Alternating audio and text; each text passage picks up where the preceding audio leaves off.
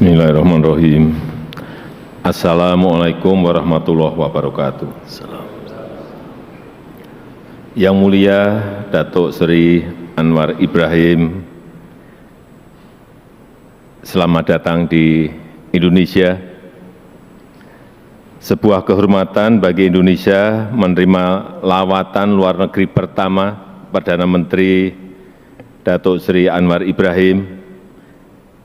Sekali lagi saya ingin menyampaikan ucapan selamat atas pelantikan Pak Anwar sebagai Perdana Menteri ke-10 Malaysia.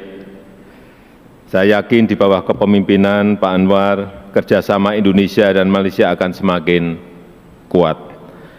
Malaysia bukan saja negara tetangga dekat Indonesia, namun kita juga merupakan bangsa serumpun. Merupakan lebih saudara saya, Bapak Presiden Joko Widodo dan rekan-rekan. Saya tentunya ingin memulakan untuk menyatakan penghargaan yang setingginya kesudian Bapak mengundang kami ke Indonesia. Ini bukan hubungan diplomatik biasa.